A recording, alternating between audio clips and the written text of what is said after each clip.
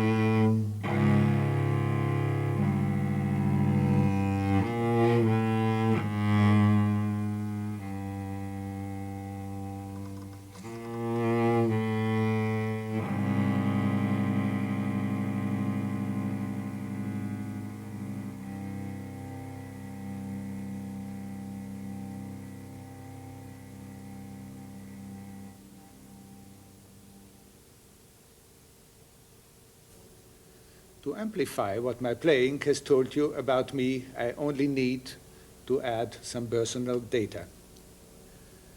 I was born and grew up in the city of Vienna in Austria.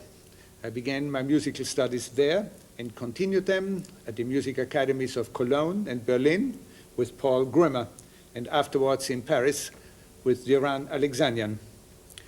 I became the solo cellist of the Vienna Symphony Orchestra when I was 20 years old and began to concertize at that time.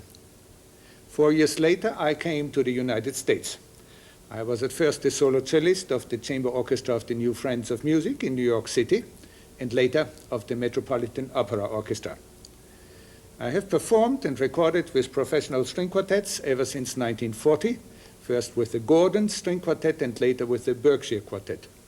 Since 1948, I have been on the faculty of Indiana University, where the Berkshire Quartet was appointed the quartet in residence.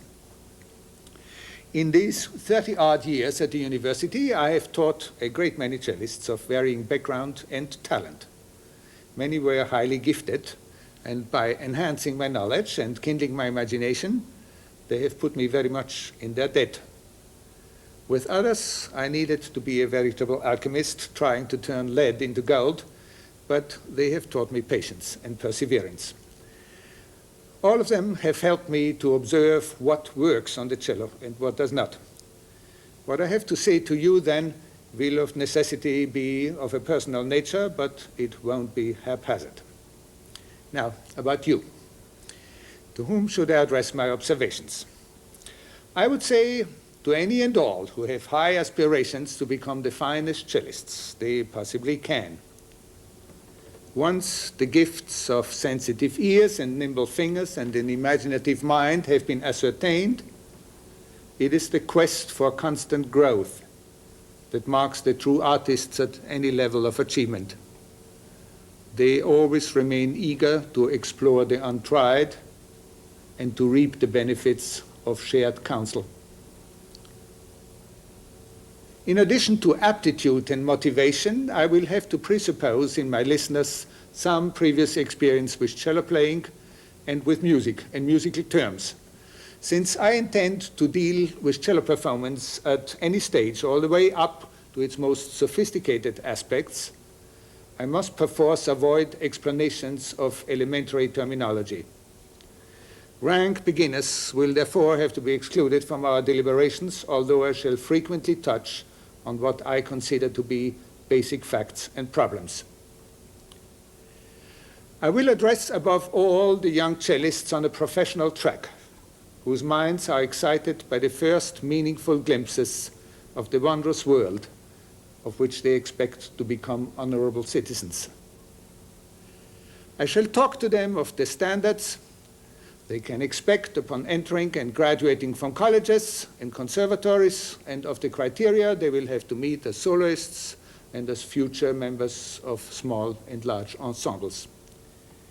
Included will be a discussion of orchestral auditions with 2 entire sessions devoted to samples of the most frequently required excerpts from the symphonic literature, one dealing with the tutti passages and one with orchestral soli. I also would like to furnish food for thought to any fellow professionals who desire corroboration or controversy with regard to their own experiences as performers and teachers. And I would certainly wish to communicate with dedicated amateurs. Not only are many of them very capable, but they are, by definition, people who love what they are doing and deserve all possible encouragement.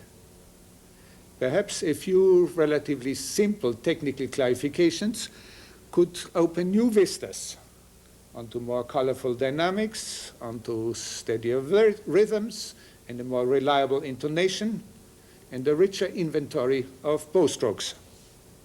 I do hope that the coming discussions will contribute to the greater ease and enjoyment of those amateurs whose greatest love in life may indeed be the cello, but who, for one reason or another, earned their living in another profession. When I chose Cello Sounds of Today as the title of this series, I had in mind not so much the novel ways in which contemporary composers augment cellistic possibilities as a clarification of what constitutes good cello playing in our day and age. I think that you will be satisfied that many exercises suggested by me in the upcoming sessions will indeed equip you to deal with the special demands of contemporary compositions, such as wide leaps, unorthodox finger patterns, irregular rhythms, and new sound concepts. But modern cello playing means much more to me than new devices or even a new aesthetically motivated language on the cello. It is a very happy fact that the cello has rather recently been able to shed many of its former drawbacks: clumsiness in articulation and shifting, faulty intonation, unfocused or scratchy bow sounds. Since there are so many top players now whose performances are consistently free of these defects, we can say confidently that modern cello playing should not be judged any longer by a condescending acknowledgement of its obvious difficulties, but by the standards of first-class violinists. The cello will inevitably continue to be inferior to the violin in projecting rapid low notes with clarity and power, but its range is wider and its expressive possibilities are unrivaled. As to the rest, the modern cellist ought to be able to stand his ground on equal terms with the modern violinist. Whether, on the other hand, the most promising technique to be used toward this excellence can be defined conclusively remains to be seen. It would appear to be an impossible task, considering the bewildering differences in theory and practice that we encounter in today's textbooks, classrooms, and concert halls. I shudder when I see described in word and picture as correct what the next treatise implores us to abjure. Dogma is indeed a terrible and untenable concept in our profession. So whenever I begin to sound dogmatic, please imagine every statement of mine to be prefaced by, "This is true in my experience more often than not." Personally, I truly believe that there are many roads one can take, not only artistically but mechanically as well, leading to what can be called a successful performance by modern standards. When I think of the cello giants of my youth, how strikingly different they were from each other, physically and temperamentally. There was Pablo Casals, the imperial, serene creator of new horizons for the cello world, incisive in style and incredibly touching in his sensitive phrasing. The incomparably brilliant Emanuel Feuermann, and Gregor Piatigorsky, with his wonderful elegance and charm. Yet what was common to their playing was so much more obvious than their differences. They all gave their utterances the imprint of the greatest authority. They all played in tune and with a beautiful sound, colorfully, smoothly, fluently, imaginatively. Only beyond these shared attributes, their performances had the distinctive qualities of their different personalities. Today's great players exhibit the same common characteristics of what constitutes cellistic excellence. So, I think one can talk of what is good cello playing, in spite of factional or personal idiosyncrasies. What cannot be pinned down, of course, is the ever-changing taste. If the Swan by Saint-Saëns delighted audiences in days gone by when it was still a rather plump bird, like this.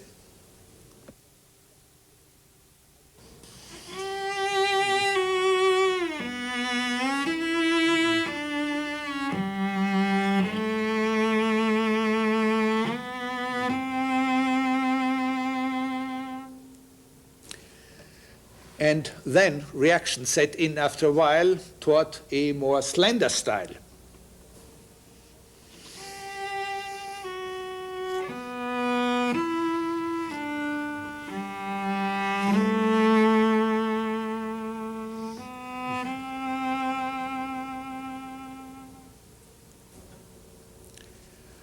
This teaches us nothing so much as that our ways too are apt to be out of fashion some other time, some other place.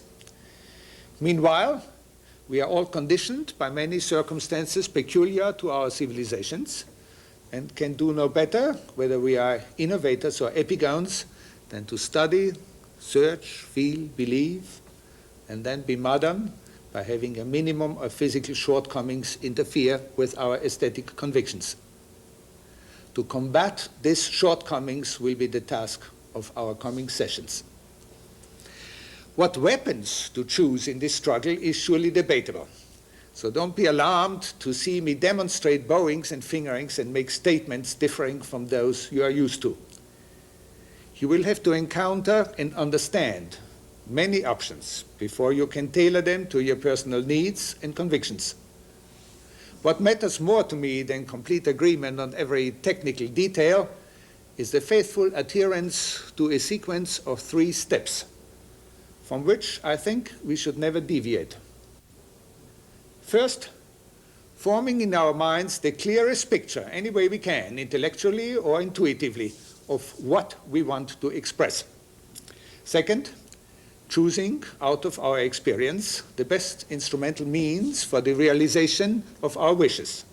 And third, checking carefully if the execution matches the objective. When this has not been achieved, we need to refine the handling of the chosen tools or select different ones, never losing sight of our musical goal. What we call talent has a lot to do, I'm sure, with how swiftly and precisely we translate the mental signals of step number 1 into the physical actions of step number 2, and how we react in step number 3 more and more automatically to the feedback from the sounds we have just produced.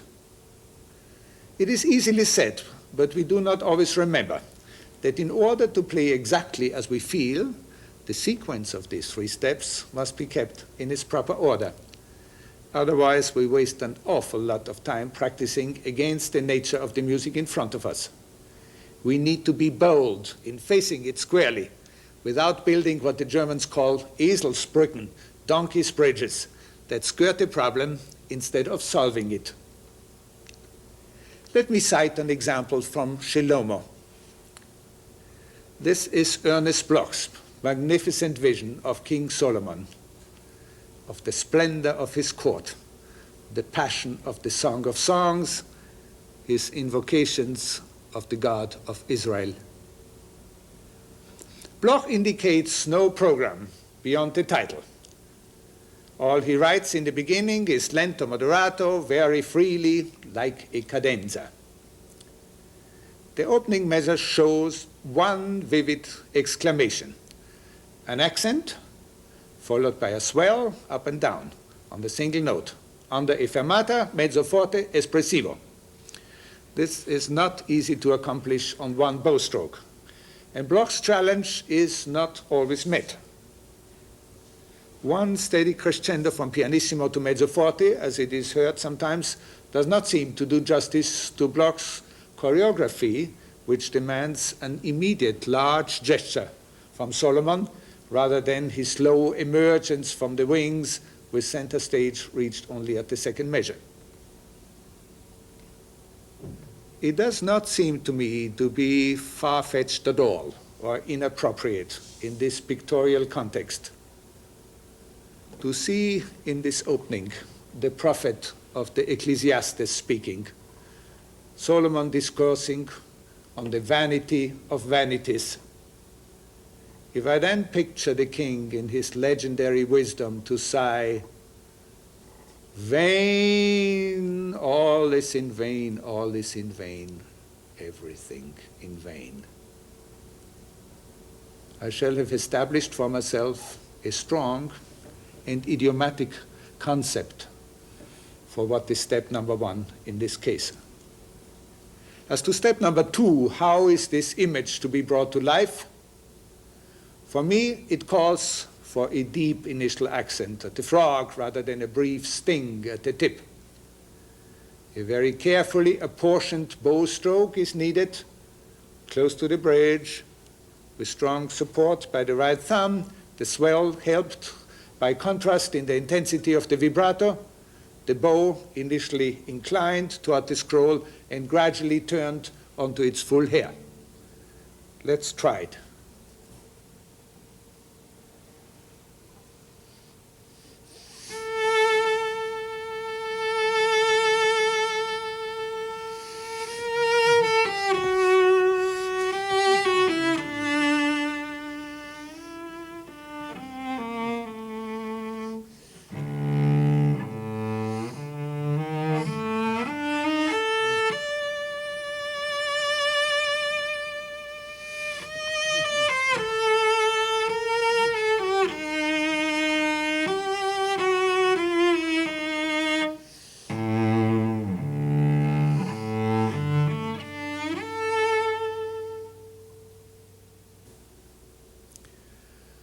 Whether or not your ideas coincide with mine, whether you wish simply to play what is written or try to figure out why it may have been composed that way, all of us must find, here in Cello, as everywhere else, an eloquent characterization within the composer's guidelines. This may mean a lot of thought and hard work and a willingness to be daring as well as inquisitive. But we shan't mind the effort if we care enough to insist not only on avoiding objectionable results, as surely we must, but on achieving whatever we are able to see in the music. I know full well that musical ideals alone cannot create a fine performance without the most solid foundation of craftsmanship. This is, after all, what the present series is about. But if I did not believe in the supremacy of art over craft, in musical necessities being the fountainhead of instrumental proficiency, I would not know what to practice or how much, indeed, why to practice at all. It is very dull to practice more than one needs. There are so many other things to do in life. But it is unprofessional, if not unethical, not to strive enough to realize one's full potential and then to take one further step beyond one's apparent limitations. It is impossible to generalize on how much is enough. Quickness in musical perception and retention, innate and developed at an early age, can reduce the necessary practice time. General athletic aptitudes can be a factor, as well as the natural strength and suppleness of the hands, how well padded the fingertips are, and how they callous. Some extraordinary soloists who perform very frequently in public can say with justification that they need to practice very little. But since physical reflexes are not apt to become quicker with advancing age, I doubt that it is wise to stop practicing in one's 40s, because by then one supposedly knows it all. It strikes me as significant that it was the continued careful work on fundamentals all through their lives that enabled the super talents of Heifetz and Casals to remain so potent into their 70s. As to us ordinary mortals, practice is made sweeter when it involves a lively imagination, not just thoughtlessly repeated exercises. It asks for complete clarity of purpose and method, and always for rhythmic vitality.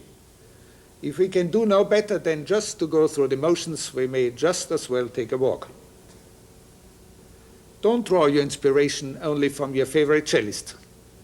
Learn from the best violinists and wind players and pianists, from the cantilena of an admired Italian tenor and the depth of sound of a Russian basso, from the immaculate trill of the wood thrush and the graceful rhythmic balance of the horses in Vienna's Spanish riding school. When experiences like these have touched us, we shall know what direction to give our work. But now, enough philosophizing.